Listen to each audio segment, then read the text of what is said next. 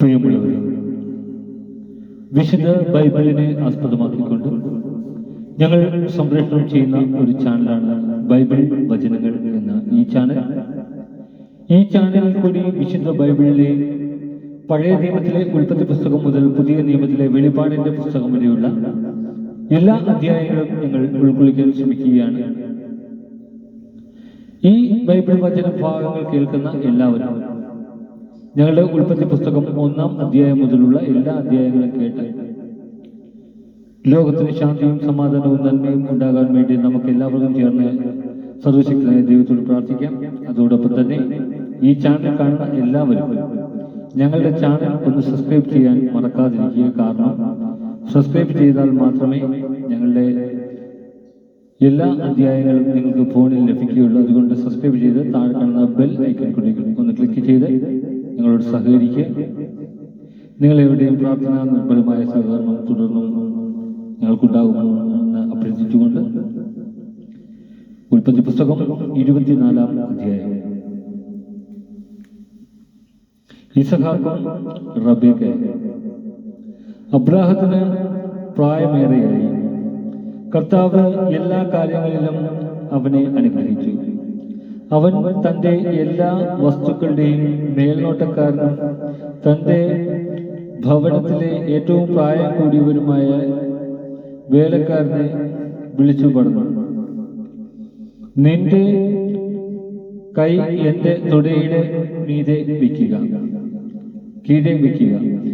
ഞാൻ പാർക്കുന്ന ഈ നാട്ടിലെ കാനാന്യരുടെ പെൺമക്കളിൽ നിന്ന് എൻ്റെ മകന് ഭാര്യയെ തിരഞ്ഞെടുക്കുകയില്ലെന്ന് ആകാശത്തിന്റെയും ഭൂമിയുടെയും ദൈവമായ കർത്താവിന്റെ നാമത്തിൽ നിന്നെ കൊണ്ട് ഞാൻ സത്യം ചെയ്യും. എൻ്റെ നാട്ടിൽ എൻ്റെ ചാർച്ചക്കാരുടെ അടുക്കൽ പോയി അവരിൽ നിന്ന് എൻ്റെ മകൻ ഇസഹാക്കിന് ഭാര്യയെ കണ്ടുപിടിക്കണം. അപ്പോൾ ദാസൻ ചോദിച്ചു, ആ സ്ത്രീക്ക് എന്നോടുകൂടെ ഈ നാട്ടിലേക്ക് പോകാൻ ഇഷ്ടമില്ലെങ്കിലോ? അങ്ങ് വിട്ടുപോയ നാട്ടിലേക്ക് അങ്ങയുടെ മകനെ ഞാൻ കൊണ്ടുപോകണമോ? അബ്രാഹാം പറഞ്ഞു, എൻ്റെ മകനെ അങ്ങോട്ട് കൊണ്ടുപോകരുത്. എൻ്റെ പിതാവിൻ്റെ വീട്ടിൽ നിന്നും ചാർച്ചക്കാരിൽ നിന്നും എന്നെ പുറത്തു കൊണ്ടുവന്നവനും എന്നോട് സംസാരിച്ചവനും നിന്റെ സന്തതികൾക്ക് ഈ ഭൂമി ഞാൻ തരുമെന്ന് വാഗ്ദാനം ചെയ്തവനുമായ ആകാശത്തിന്റെ ദൈവമായ കർത്താവ് തന്റെ ദൂതനെ നിനക്ക് മുമ്പേ അയക്കും. നീ അവിടെ നിന്ന് എൻ്റെ മകന് ഒരു ഭാര്യയെ കണ്ടെത്തുകയും ചെയ്യും.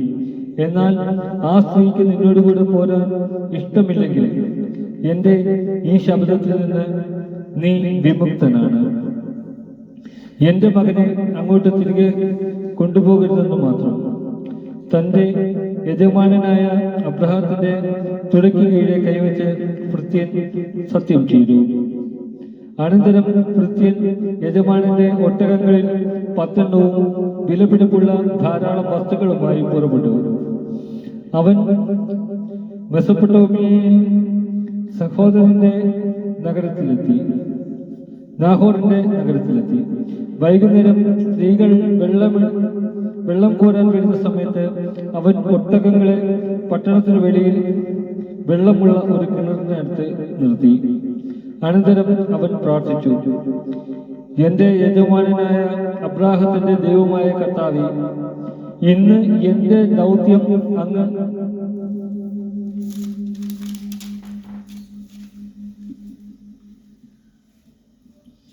വിജയിപ്പിക്കണമേ. എൻ്റെ യജമാനന്റെ മേൽ കനിയണമേ. ഞാൻ ഇതാ ഈ കിണറ്റുകരയിൽ നിൽക്കുകയാണ്. ഇന്നാട്ടിലെ പെൺകുട്ടികൾ വെള്ളം കോരാൻ വരുന്നുണ്ട്. നിന്റെ കുടം താഴ്ത്തി തരിക, ഞാൻ കുടിക്കട്ടെ എന്ന് പറയുമ്പോൾ ഇതാ കുടിച്ചുകൊള്ളുക. നിങ്ങളുടെ ഒട്ടകങ്ങൾക്കും ഞാൻ വെള്ളം കോരിത്തരാം എന്ന് പറയുന്ന പെൺകുട്ടിയായിരിക്കട്ടെ അങ്ങയുടെ ദാസനായ ഇസഹാക്കിന് അങ്ങ് നിശ്ചയിച്ചിരിക്കുന്നവൾ. അങ്ങ് എൻ്റെ യജമാനനോട് നിരന്തരമായ കാരുണ്യം കാണിച്ചിരിക്കുന്നു എന്ന് അതുവഴി ഞാൻ മനസ്സിലാക്കും. അവൻ ഇത് പറഞ്ഞു തീരും മുമ്പ് തോളിൽ കുടവുമായി റെബേക്ക വെള്ളം കോരാൻ വന്നു. അവൾ അബ്രഹാത്തിന്റെ സഹോദരൻ നാഹോറിന് ഭാര്യ മിൽക്കായിലുണ്ടായ മകനായ ബത്തുവേലിന്റെ മകളായിരുന്നു. പെൺകുട്ടി കാണാൻ വളരെ അഴകുള്ളവളും കന്യകയുമായിരുന്നു. അവൾ കിണറ്റിലേക്ക് ഇറങ്ങി കുട നിറച്ച് കോരി വന്നു. അബ്രഹാത്തിന്റെ ഭൃത്യൻ അപ്പോൾ അവളുടെ അടുത്തേക്ക് ഓടിച്ചെന്ന് പറഞ്ഞു, ദയവായി നിന്റെ കുടത്തിൽ നിന്ന് കുറച്ച് വെള്ളം കുടിക്കാൻ തരിക, പ്രഭു കുടിച്ചാലും. അവൾ പറഞ്ഞു.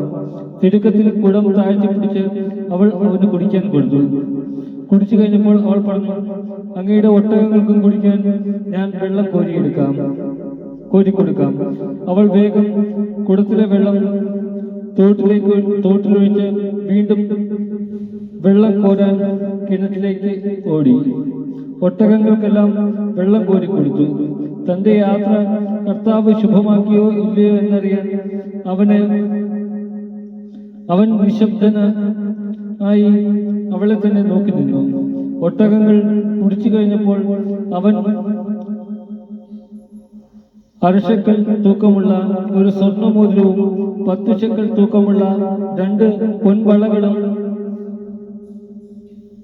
അവൾക്ക് നൽകിക്കൊണ്ട് പറഞ്ഞു, നീ ആരുടെ മകളാണെന്ന് ദയവായി എന്നോട് പറയുക. നിന്റെ പിതാവിന്റെ ഭവനത്തിൽ ഞങ്ങൾക്ക് രാത്രി കഴിക്കാൻ ഇടം കാണുമോ? അവൾ പറഞ്ഞു,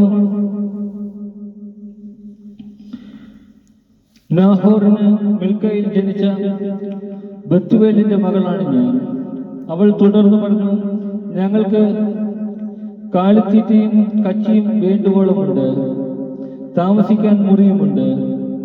അവൻ തലകുടിച്ച് കർത്താവിനെ ആരാധിച്ചുകൊണ്ട് പറഞ്ഞു, എന്റെ യജമാനനായ അബ്രഹാത്തിന്റെ ദൈവമായ കർത്താവ് വാഴ്ത്തപ്പെട്ടവൻ. തന്റെ കാരുണ്യവും വിശ്വസ്തതയും അവിടുന്ന് അവനിൽ നിന്ന് പിൻവലിച്ചിട്ടില്ല. എന്റെ യജമാനന്റെ ചാർച്ചക്കാരുടെ വീട്ടിലേക്ക് അവിടുന്ന് എന്നെ നയിക്കുകയും ചെയ്തിരിക്കുന്നു. പെൺകുട്ടി ഓടിച്ചെന്ന് അമ്മയുടെ വീട്ടുകാരെ വിവരമറിയിച്ചു. റെബേക്കയ്ക്ക് ലാബാൻ എന്നു പേരുള്ള ഒരു സഹോദരൻ ഉണ്ടായിരുന്നു. അവൻ ഉടനെ കിണറ്റുകടവിൽ ആ മനുഷ്യന്റെ അടുത്തേക്ക് ഓടിച്ചെന്നു.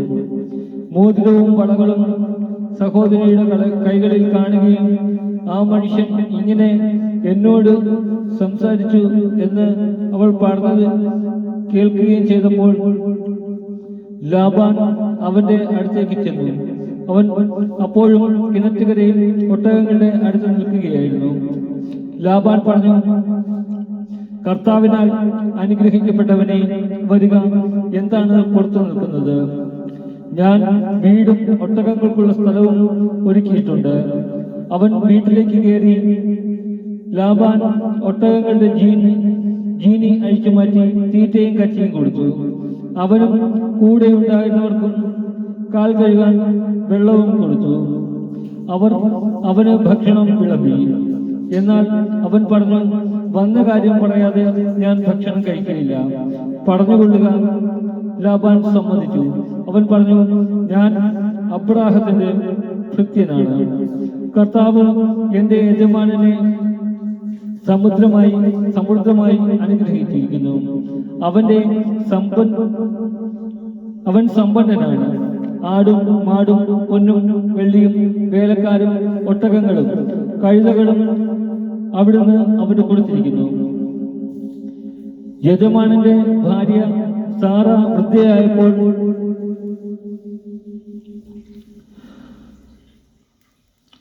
അവളിൽ ഒരു പുത്രൻ ജനിച്ചു. തനിക്കുള്ളതൊക്കെയും യജമാനൻ അവനാണ് കൊടുത്തിരിക്കുന്നത്. എന്റെ യജമാനൻ എന്നെ കൊണ്ട് ഒരു സത്യം ചെയ്യിച്ചു. ഞാൻ പാർക്കുന്ന കാനാൻകാരുടെ നാട്ടിൽ നിന്ന് എന്റെ മകന് നീ ഒരു വധുവിനെ തിരഞ്ഞെടുക്കരുത്, മറിച്ച് നീ എന്റെ പിതാവിന്റെ നാട്ടിൽ എന്റെ ചാർച്ചക്കാരുടെ അടുത്ത് പോയി എന്റെ മകന് ഒരു ഭാര്യയെ കണ്ടുപിടിക്കണം. ഞാൻ ചോദിച്ചു, ഒരു വേള ആ പെൺകുട്ടി എന്റെ കൂടെ വന്നില്ലെങ്കിലോ? അവൻ എന്നോട് പറഞ്ഞു, ഞാൻ സേവിക്കുന്ന കർത്താവ് തന്റെ ദൂതനെ നിന്റെ മുമ്പേ അയച്ച് നിന്റെ വഴി ശുഭമാക്കും. എന്റെ പിതാവിന്റെ വീട്ടിൽ നിന്ന്, എന്റെ ചാർച്ചക്കാരിൽ നിന്ന് നീ എന്റെ മകന് ഒരു വധുവിനെ തിരഞ്ഞെടുക്കും. എന്റെ ചാർച്ചക്കാരുടെ അടുത്ത് ചെല്ലുമ്പോൾ പ്രതിജ്ഞയിൽ നിന്ന് നീ വിമുക്തനാകും.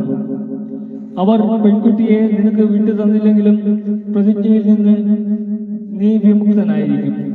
ഞാൻ കിണറ്റുകരയിൽ വന്നപ്പോൾ ഇങ്ങനെ പ്രാർത്ഥിച്ചു: എന്റെ യജമാനനായ അബ്രാഹത്തിന്റെ ദൈവമായ കർത്താവേ, ഞാൻ ഇറങ്ങി പുറപ്പെട്ടിരിക്കുന്ന കാര്യം അങ്ങ് ഇപ്പോൾ ശുഭമാക്കണമേ. ഇതാ ഞാൻ കിണറ്റിൻകരെ നിൽക്കും. ഈ വെള്ളം കോരാൻ വരുന്ന പെൺകുട്ടിയോട് ദയവായി നിന്റെ കുടത്തിൽ നിന്ന് എനിക്ക് ഇച്ചിരി വെള്ളം കുടിക്കാൻ തരിക എന്ന് ഞാൻ പറയും. അപ്പോൾ കുടിച്ചാലും അങ്ങയുടെ ഒട്ടകങ്ങൾക്കും ഞാൻ വെള്ളം കോരിത്തരാമല്ലോ എന്ന് പറയുന്ന പെൺകുട്ടിയാവട്ടെ എന്റെ യജമാനന്റെ മകനെ അവിടുന്ന് കണ്ടുവച്ചിരിക്കുന്നവൾ. എന്റെ ഉള്ളിൽ ഞാനിത് പറഞ്ഞു തീരും മുമ്പേ തോളിൽ കുടവുമായി വെള്ളം കോരാൻ റെബേക്ക വന്നു. അവൾ ഇറങ്ങിച്ചെന്ന് വെള്ളം കോരി. ഞാൻ അവളോട് എനിക്കല്പം കുടിക്കാൻ തരിക എന്ന് പറഞ്ഞു. അവൾ ഉടനെ കുടം തോളിൽ നിന്നിറക്കി ഇങ്ങനെ പറഞ്ഞു: കുടിച്ചാലും അങ്ങയുടെ ഒട്ടകങ്ങൾക്കും ഞാൻ കുടിക്കാൻ തരാം. ഞാൻ കുടിച്ചു ഒട്ടകങ്ങൾക്കും അവൾ വെള്ളം കൊടുത്തു. അപ്പോൾ ഞാൻ അവളോട് നീ ആരുടെ മകളാണ് എന്ന് ചോദിച്ചു. നാഹോറിന് മിൽക്കായിൽ ജനിച്ച ബത്തുവേലിന്റെ മകളാണ് ഞാൻ എന്ന് അവൾ പറഞ്ഞു. അപ്പോൾ ഞാൻ അവൾക്ക് മോതിരവും വളകളും കൊടുത്തു. അതിനുശേഷം എന്റെ യജമാനനായ അബ്രാഹത്തിന്റെ ദൈവമായ കർത്താവിനെ ഞാൻ താണു വണങ്ങി ആരാധിച്ചു. എന്റെ യജമാനന്റെ മകൻ അവന്റെ സഹോദരന്റെ മകളെ വധുവായി തിരഞ്ഞെടുക്കുവാൻ എന്നെ നേർവഴിക്ക് നയിച്ച അവിടുത്തെ ഞാൻ സ്തുതിച്ചു. അതുകൊണ്ട് എന്റെ യജമാനോട് നിങ്ങൾ കാരുണ്യത്തോടും വിശ്വസ്തയോടും കൂടി പെരുമാറിയില്ലെങ്കിൽ അത് പറയുക, പെരുമാറുമെങ്കിൽ അത് പറയുക, മറിച്ചാണെങ്കിലും പറയുക. എനിക്ക് അതനുസരിച്ച് പ്രവർത്തിക്കാമല്ലോ. അപ്പോൾ ലാബാനും ബത്തുവേലും പറഞ്ഞു: ഇത് കർത്താവിന്റെ ഇഷ്ടമാണ്. ഇതിനെക്കുറിച്ച് ഗുണവും ദോഷവും ഞങ്ങൾക്ക് പറയാനില്ല. ഇതാ റെബേക്ക നിന്റെ മുമ്പിൽ നിൽക്കുന്നു. അവളെ കൊണ്ടുപോയിക്കൊള്ളുക. കർത്താവ് തിരുവുള്ളമായതുപോലെ അവൾ നിന്റെ യജമാനന്റെ മകന് ഭാര്യയായിരിക്കട്ടെ. ഈ വാക്കുകൾ കേട്ടപ്പോൾ അബ്രാഹത്തിന്റെ ഭൃത്യൻ താണു വീണ് കർത്താവിനെ ആരാധിച്ചു.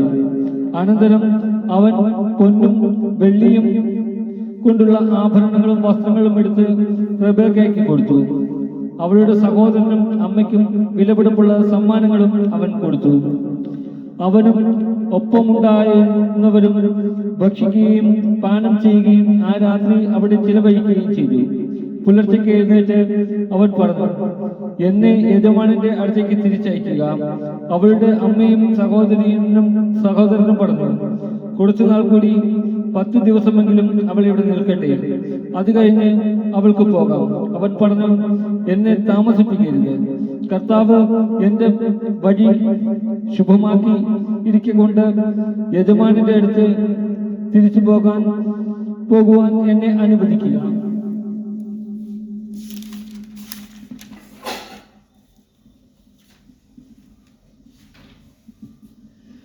നമുക്ക് പെൺകുട്ടിയെ വിളിച്ചു ചോദിക്കാം എന്ന് അവർ പറഞ്ഞു.